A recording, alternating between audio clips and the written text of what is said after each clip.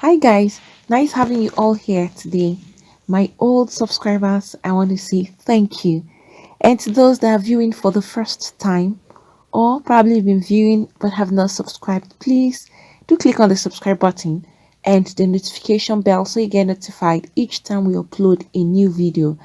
And those that are visiting in here for the first time, please do not forget to also subscribe, hit the like button and the notification bell so you get notified each time we upload a new video. Guys, let's dive into today's discussion. Friends, as we all know that few days ago, a lady who is known as Bamisi took the PRT bus and they never saw her again. They reported her missing, but so sad and unfortunate that they found her yesterday but no longer alive. And here we're having the BRT bus driver, who was the person driving that same bus that Bamise was inside. And from all information that was gathered, Bamise was not even comfortable with the bus driver. Also, she made a video which she sent to her friends indicating that she wasn't comfortable with the bus driver. Unknown to Bamise that that would be her end on that faithful day. But the bus driver, who is known as Andrew, and he is 47 years old, had his own confession as he was arrested. They just got him arrested today. And Bamise Anyawuli was only 22 years old, very young girl with a bright future ahead of her. And you can imagine how this Andrew man, instead of him concentrating on his business and faithfully working, he decided to carry on an evil act on this lady. That was so mean of him. And he is now saying what really transpired. In that interview, guys, I'm going to be leaving the link below so you would also hear directly from the bus driver, Andrew. But at the same time, let me give a little bit of explanation over what he said in that interview. And this interview was carried on by TVC News Channel. Andrew recounted how he picked up Bamise and how some other passengers he had picked up forcefully attacked him with a weapon and insisting that he must kidnap this particular lady, Bamise. And these were the exact words that came out of his mouth during the interview. He said, I picked her from Chevron and I picked the other three guys at Agungi. When those guys showed me a weapon, I was I can't be myself anymore. Fear came into me. The man, whatever he told me was what I did. When I followed the Kata bridge, after the overhead bridge, they ordered me to stop there. They ordered me to stop and said I should open the door. When I opened the door, they came down and started dragging her. When I saw she was crying for help, I was helpless. I was thinking that she was inside the vehicle holding the iron. Sir, I moved on. Guys, this is just part of what this guy was saying. What he's saying now, do you think there's an atom of truth in it? And is there any sense in what he is actually saying? His story doesn't even line up very well. How can he claim he picked up this lady? Okay, a whole BRT bus that is usually packed filled with people. Even if not packed filled, at least most times the seats are filled up, except in the middle of the day when everybody is at work.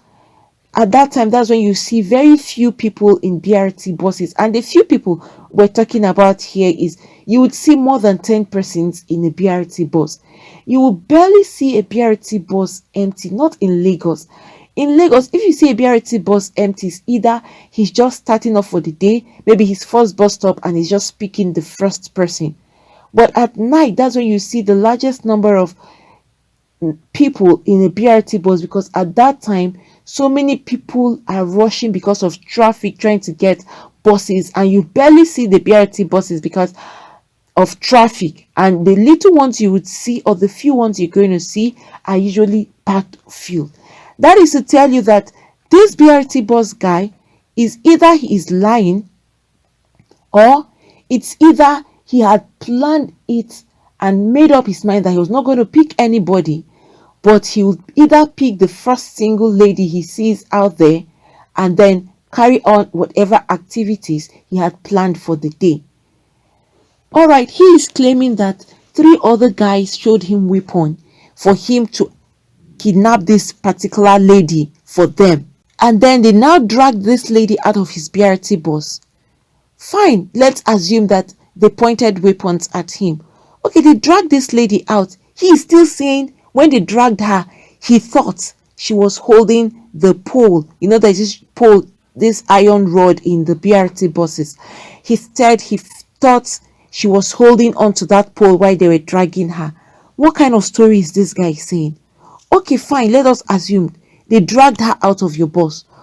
Then what stopped him from going to the nearest police station to go and report? If they were holding weapons, at least he drove off. If what he's claiming now is what really transpired. If he had driven off his bus, where did he drive his bus to? Alright, you are not an accomplice to this act, yet you didn't call the police. What is he now saying?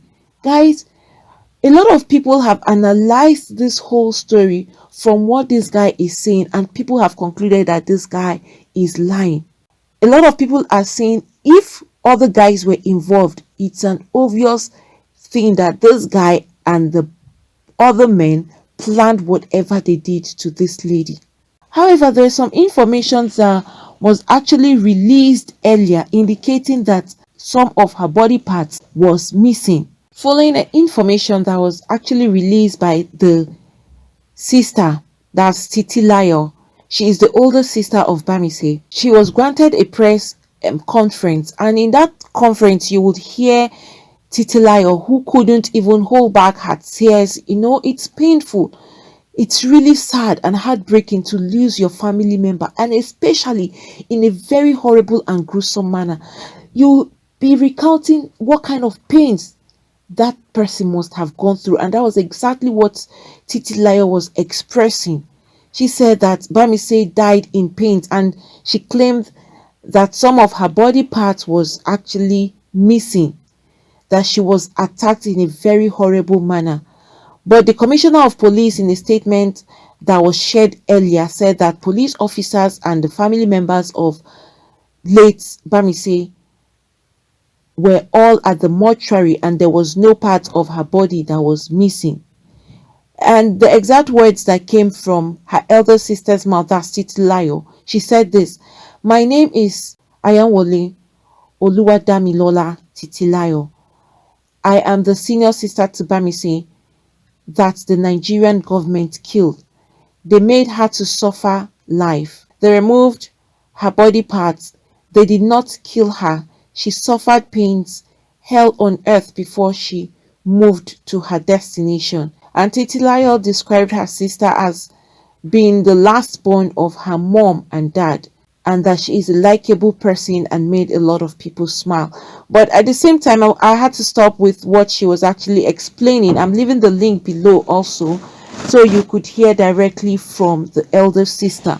But you can see that there's some contradiction with what she had said earlier, that part of her sister's body was missing, but the commissioner of police is saying that the body parts wasn't missing, that all her parts were intact when she was found. However, while speaking to newsmen today, March 8, 2022, CP Alabi denied the claim, and according to him, that he was at the mortuary alongside some of her family members, and that there was no evidence that any of her body parts was actually taken away. And the CPS also stated that it has not yet been confirmed if she was raped, and that further autopsy will be carried out to find out if she was actually raped. So there's still another video, guys. I'm leaving all of this below so you can hear directly from the commissioner of police. So there are 3 videos that I'll be leaving behind so you all can watch and hear directly. It's just such a pain. How will a matured man like this, a man of 47 years old, you should have known better. Why did you decide that you would harm this lady? Okay, Fine, at first, when the information was released that body parts was missing, people felt okay, he has used her for rituals and he wanted to make more money compared to what he's making as a driver. But that is not the case now because they have confirmed that her body parts were intact. Then why did you kill her? Or what really happened? That is a question a lot of people are asking, and at the same time, a lot of Nigerians are seeking for justice for late Bamise. It's so sad. How will someone take her time just all because she decided to take the BRT bus and get to her destination? She didn't even reach home. She ended it halfway on the road. This quest for money or whatever was his reason has led a lot of people to cause harm to their fellow human beings. Okay, he's saying he didn't take out her body parts and nothing because that was the confirmation. Then what happened? How did you kill her? That is a question people are trying to find out from this man. Life these days, it's really scary. A lot of horrible and unexpected things have been going on. Who would ever believe that a BRT bus driver, a state government official, because he is part of state government, BRT buses are owned by the state government. So whoever they employ, you are assumed to be a state government official, even if you are just starting for the first day, because that shirt you're putting on indicates a member of a state government. You are part of people that should be encouraging people to do good, but instead this guy has proved it otherwise. Why did you kill this young lady? So it was so obvious that this man had planned this act on this lady. Otherwise, it's just so painful. Now people are living in fear. With this, do you think people will freely go into a BRT bus when they see one or two persons in the bus? No way. No one would want to risk it because you don't even know who the bus driver is and who he has planned to carry out a horrible act. If these three guys really existed, then it means that people need to be very, very careful. This is really painful to hear and see that this lady has just gone just like that. Those that kill their fellow human being take pleasure in doing that without any remorse, nothing. Look at this young girl who was just living her life. Did she commit any crime by boarding a BRT bus? Is that not the bus that people ply? Why is it that on that day this man just decided that he wanted to kill this girl, and all because he has made up his mind to carry out this horrible wicked act? He did not stop her anywhere at all until he got to the location where he wanted. Her family members and friends are really heartbroken and saying that this man would have helped her if he's claiming that those other guys adopted her. However, some people have also come out to say they were eyewitnesses as to when Bamise was thrown outside the bus, that they saw her, she was still alive, but they could not help her. The question is, then you could not help her, and why are you saying it out there? I will be stopping here and I'm leaving the link below so you can also hear directly and see what really happened. Nice having you all here today. Please do not forget to hit on the like button, also subscribe and hit the notification bell so you get notified each time we upload a new video. Thank you. God bless you all.